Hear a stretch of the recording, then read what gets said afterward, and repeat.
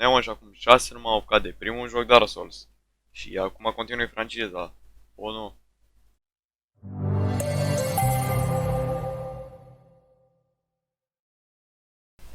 Cum ziceam, m-am apucat de joc acum 6 luni. Și acesta este primul meu playthrough și review meu. Aceasta este părerea mea personală, deci nu o luați ca atare. O să fac așa la toate jocurile, o să le dau cu un review în afară de Bloodborne și Demon's Souls. Remake-ul că nu mă joc cu versiunea de PS3.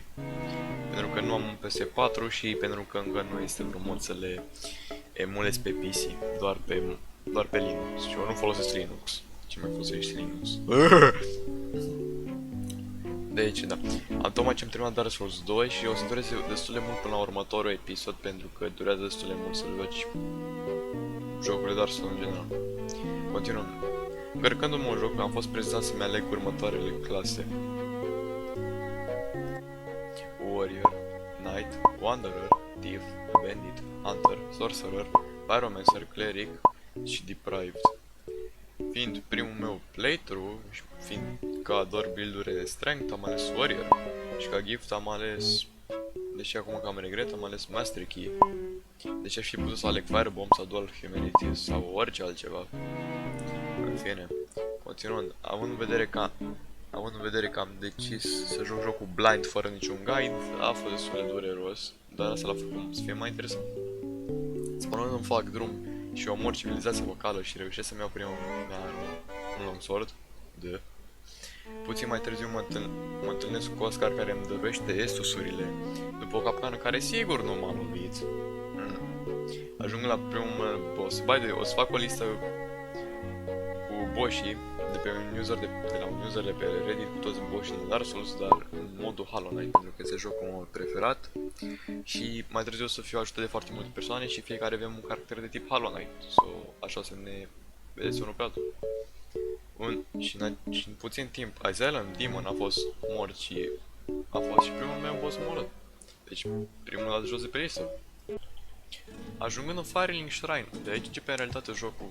Da, am uitat să vă zic, acum 2 ani am încercat să mai mă joc de Dark Souls, dar am dat rage la Undead Burg. E foarte departe de aici. Acum sunt determinat să-l termin. Și o să vezi cum o să-l termin. Continuând. După o dată colectat de loot, îmi iau o armă care o să mă care printr-o parte din joc. Un Morningstar. După ce am cunoscut familia lui Sans. Ce este ăștia?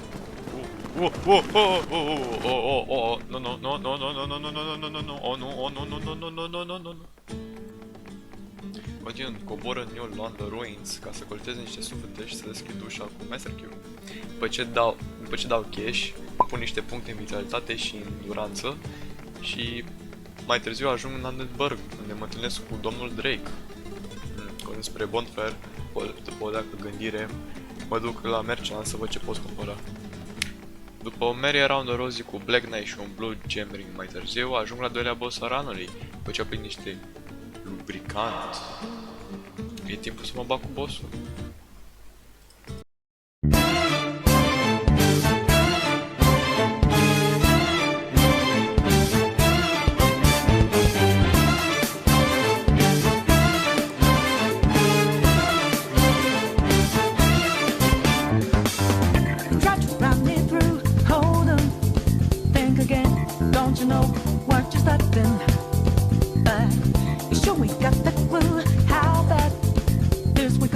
Don't you know, no more art.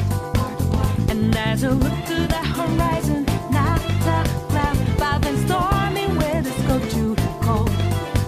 Seems like it crept up out of nowhere, all around you is not what you foretold. You never see it coming. You see that my mind is too fast for eyes. You're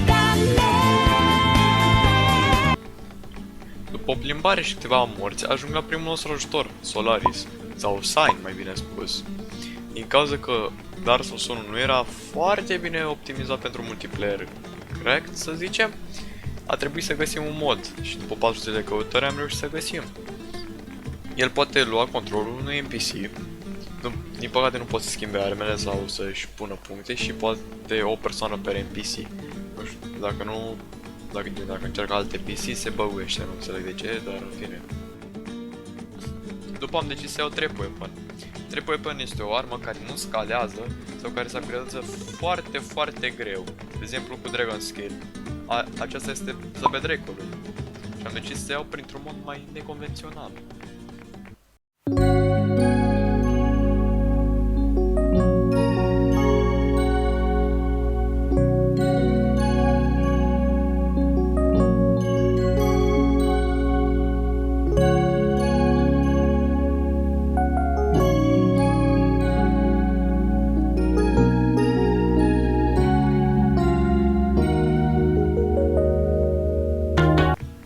După următorul bonfire și o mică întâlnire cu Inosuke, ajung la al doilea Black Knight, a playthrough-ului, și acesta nu moare la fel de rapid ca primul. După decis să-l urmăresc pe Inosuke.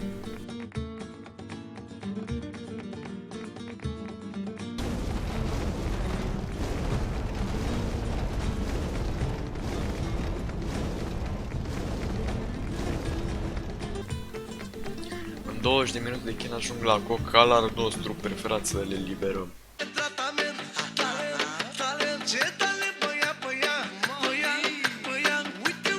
Te ușor și lent, de din număr cu talent. Așa, așa, așa, așa iubirea mea. Hai curaj, curaj, curaj, nu te roși în obraj. Așa, așa, așa.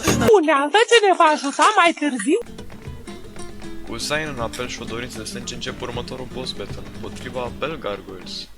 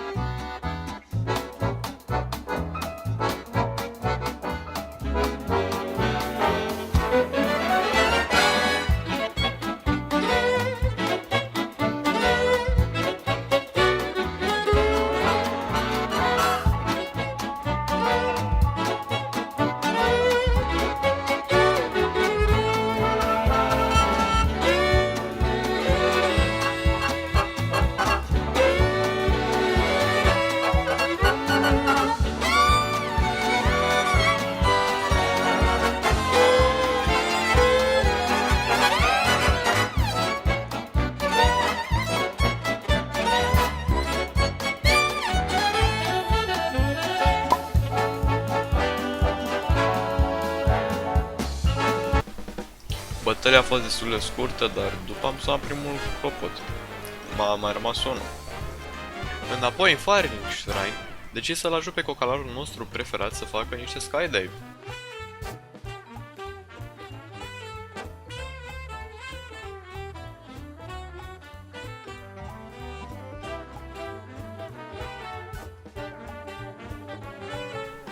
Pentru că inelul lui este unul din cele mai bune în joc. După asta am început să colectez inele, suflete și chestii ce nu am apucat. După 2 zile de colectat iteme, am decis să mă lupt cu Heaven, dar armura mea era stricată și decisesem să echipez Chainmail armorul cumpărat de la shop. Dar la momentul acela nu știam de equipment load și nu știam cum să-mi repar armura. Deci cam aceasta a fost bătălia.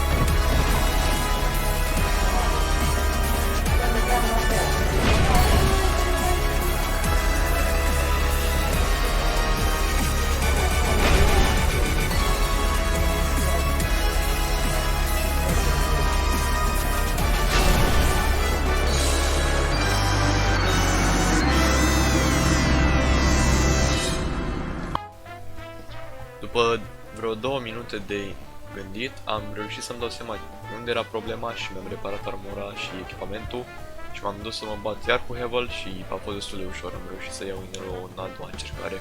În prima bătălie am fost până la fiară să fac FMS, adică să mi upgradez Claymore-ul la plus 2. După ce mi-am terminat upgrade-urile, am găsit o ușă secretă în Darkwood Garden, unde este un bonfire.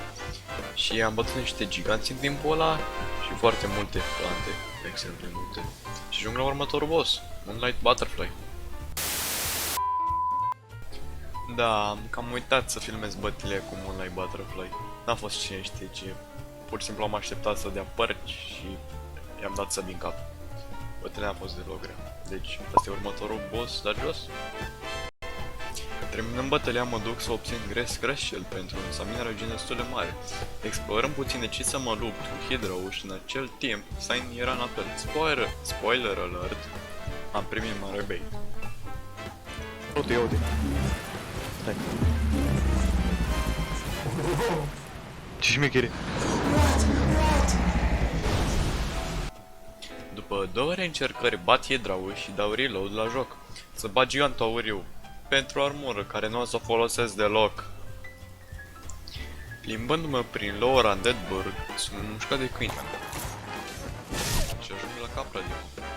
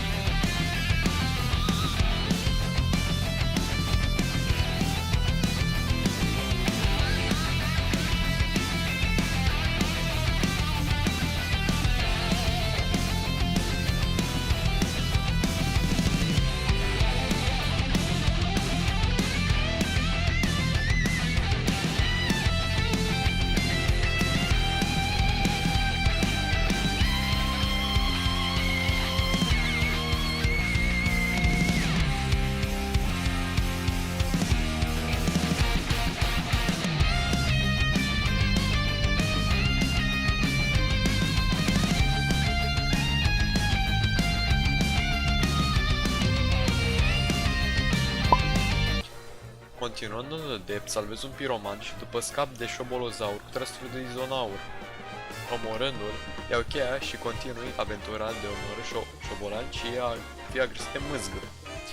În timpul ăla ajung la camera bossului unde îl sumonez pe Sign din nou, că eram plictisit și am vrut să mă ajute. Și văd asta.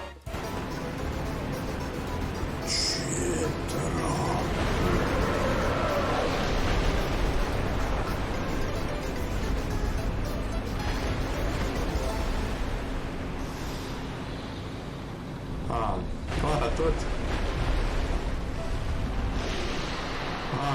Doar atât.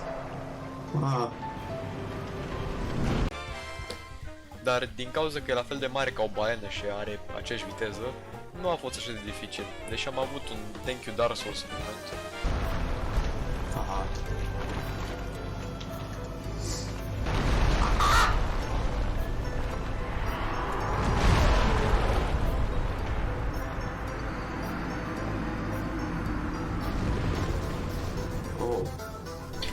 Mulțumesc, Dark Souls.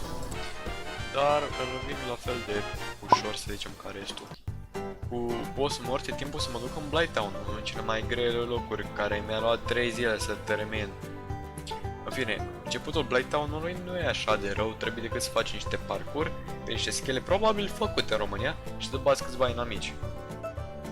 Și să nu mori de la o travă. Scopul principal era să bat parazitul și asta am făcut și, Doamne ajută, am reușit să ajung jos, dar nu fără să văd asta.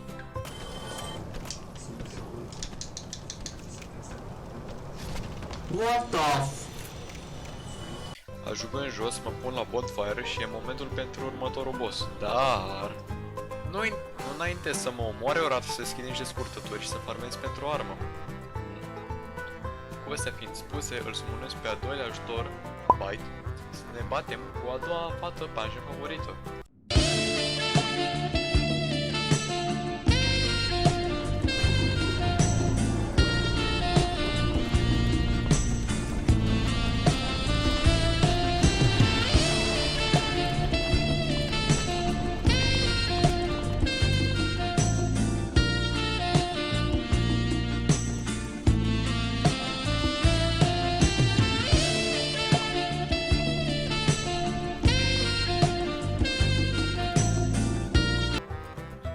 Și mor ca prost înainte să o batem, în rogul măcar a Bite următoarea dată.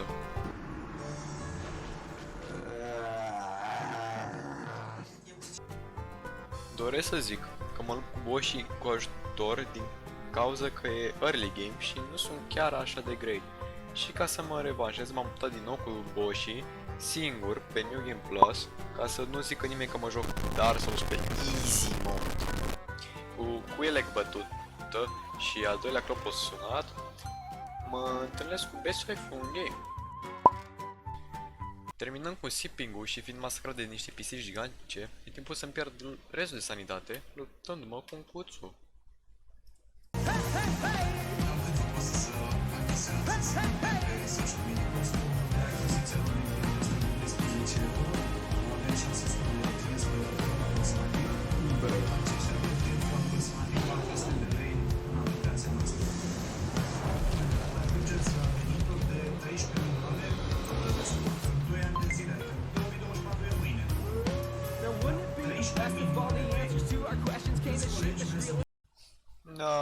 Nu vreau să fac, no.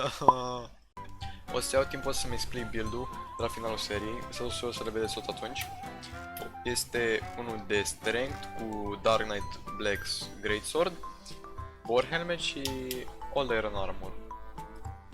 Cu astea fiind spus, este timpul pentru Sand Fan Fortress.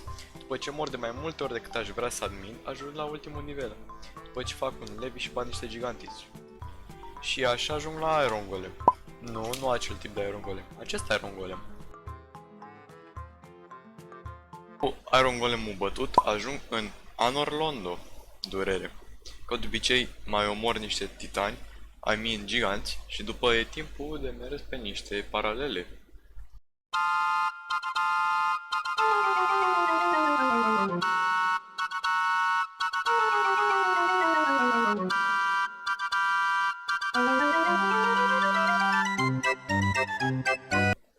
După ce mi-au bulit de la 2 Black Knight Tarkași de mai multe ori, ajung în sfârșit la bonfire și după aproape sunt mâncat de un mimic. Cu asta fiind spuse, încerc să explorez Anor Londo, dând cheese la un Titan Demon în timpul ăla.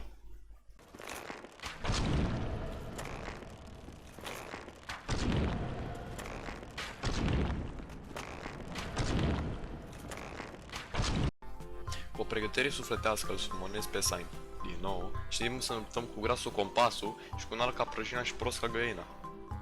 Adică Orsin în Smoke. Uran Ender pentru majoritatea playerilor, înainte să înceapă bătălia, planul e să-l omor pe Smoke și după Sign să-l distragă pe Super Orsin. Și cu acestea fiind, hai să vedem cum a mers.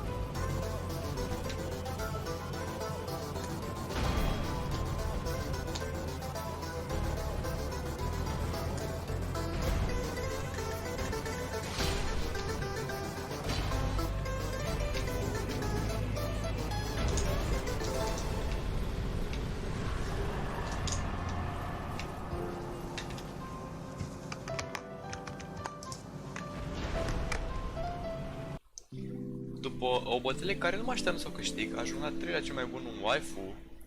Puteți să ghiciți de ce? O chosen undead, I am Guinevere, daughter of Lord Gwyn and Queen of Sunlight. Since the day your father is wounded obscure. Da, de asta este 3-lea cel mai bun waifu, chiar la care e fake tatas. Apoi la misiunea noastră primim lor vessel-ul și după fac o leacă grind. Cu grindul terminat, merg în catacombe unde bat un skelly cu hornistic.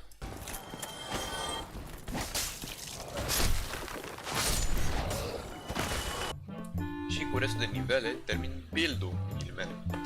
Tot ce mai pot să fac acum este să pun puncte în forță și în HP, deci da, tot timpul ranului care rămâne asta să fac. Asta înseamnă că este timpul pentru un quick boss skill montaj. Dar mai întâi chem pe Agus, unul dintre ultimele ajutoare din acest video, să mă ajute la Pinwheel, cel mai greu boss din joc.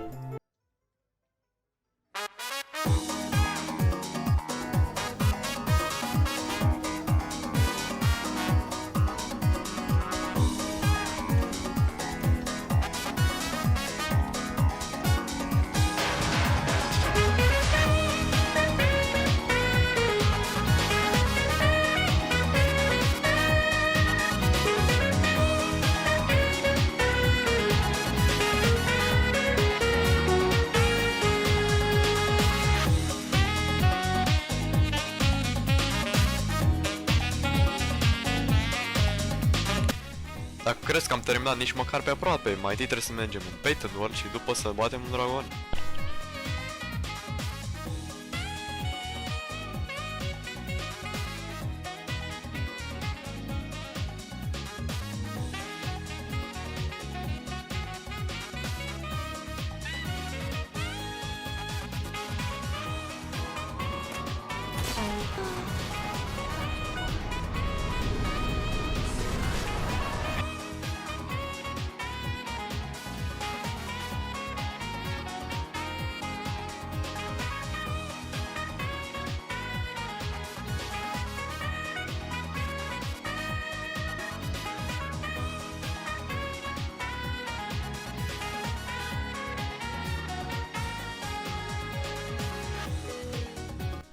Cu acești boși bătuți ajungem la prima problemă a ranului. Un boss extrem de greu, la care n-am putut să-mi folosesc armura, pentru că era în void și eu doream fast dodge-uri.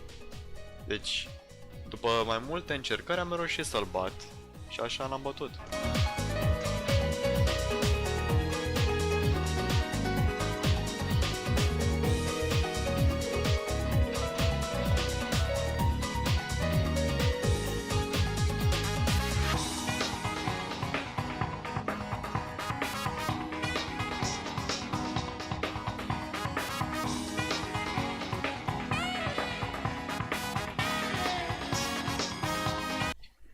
Cu bossul bătut, este timpul de încă un montaj. Let's go!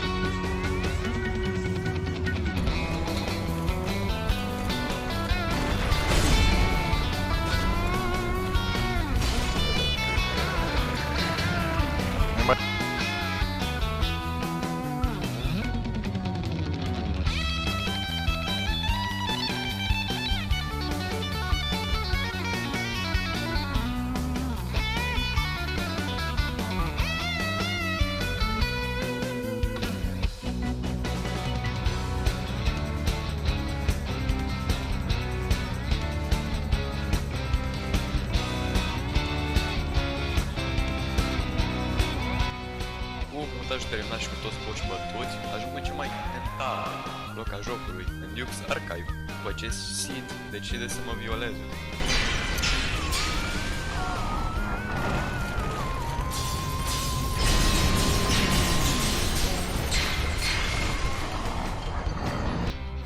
Scăpându-i din închisoare, este timpul să-mi iau revanșa și doresc să zic acum ca să acesta este bossul meu preferat. Dar de ce trebuia să facă poduri invizibile?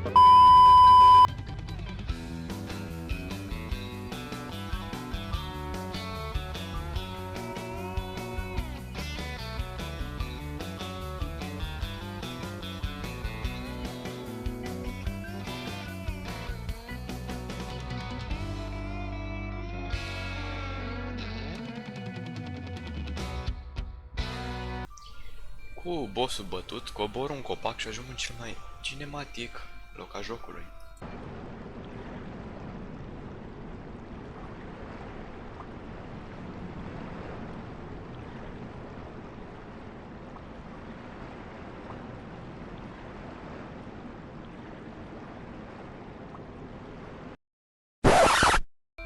Unde se află o hidra?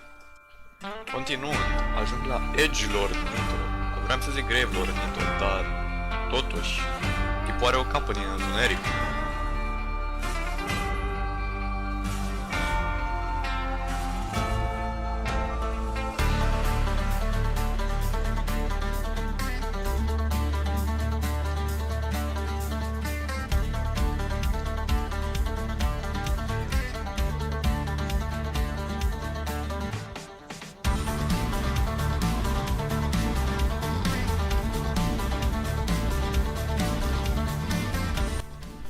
Și cu bossul bătut este timpul pentru DLC. Și da, am uitat iar să filmez lupta cu Sanctuary Guardian, dar totuși l-am bătut. Și cu astea fiind spuse, ajungem la începutul videoclipului împotriva lui King Arthures. Doamne, ai milă!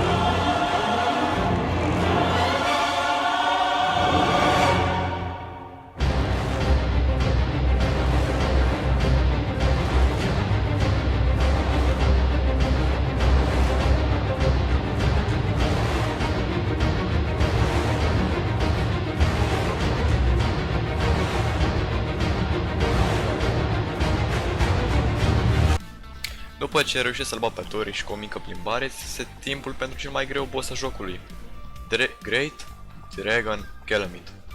Și după ce mor de 43,2 ori, încercând să iau coada pentru că sunt un masochist și doresc karma, ajung la acest run, în care chiar reușesc să bat bossul.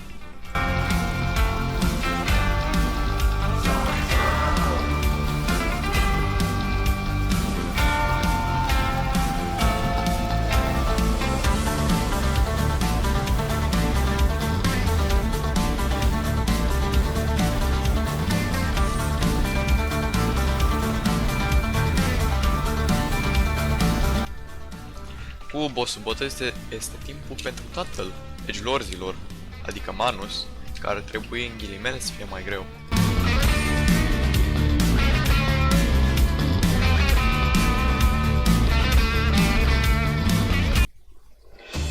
Cu Manus bătut, ajung la ultimul boss al jocului.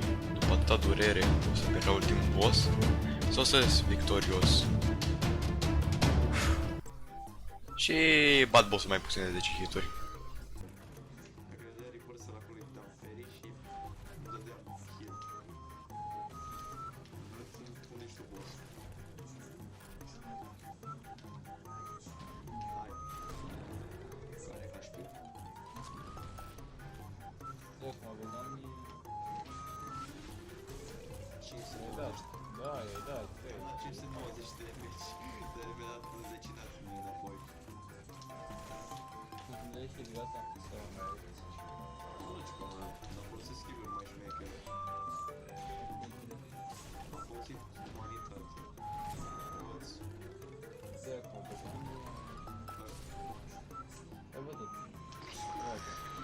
Și cu win bătut, termin oficial jocul. Acestea sunt statusurile mele și mulțumesc că m-ați urmărit în acest journey. Nota mea este de 9.6, putea să fie 10, dar scad nu pentru dificultate. De fapt chiar o să scad pentru mecanici, pentru că unele nu sunt chiar și de polish. Dar jocul a fost genial. Și cu asta o să vă las. Nu uitați să lăsați o apreciere prin apăsând butonul de like ori subscribe, pentru că acest videoclip durează extrem de mult, mai ales editatul și jucatul. Și cu review dați timpul pentru Dark Souls 2. No!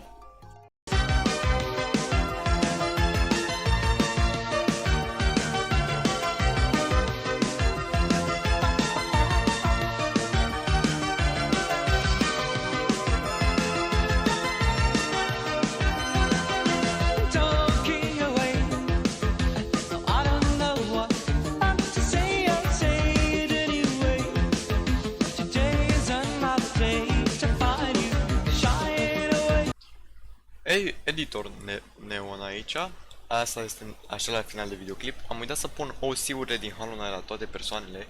Deci asta o să fie prima chestie care o să vedeți în următorul videoclip, pentru că n-am reușit să le desenez pe toate. Pentru că sunt într-un time crunch cu acest video. Și Neo, dacă vezi asta, știi ce facem? Mă refer la livestream.